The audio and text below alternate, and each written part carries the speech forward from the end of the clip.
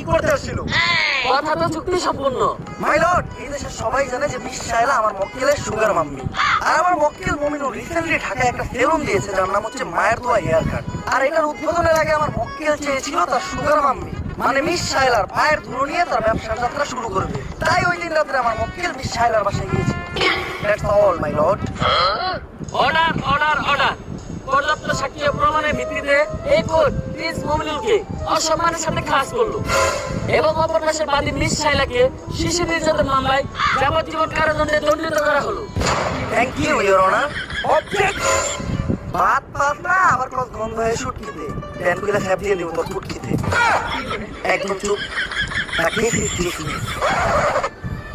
এই উকিলই পারবো আমাকে শাহবাগি গো মামলার হাত থেকে বাঁচাইতে।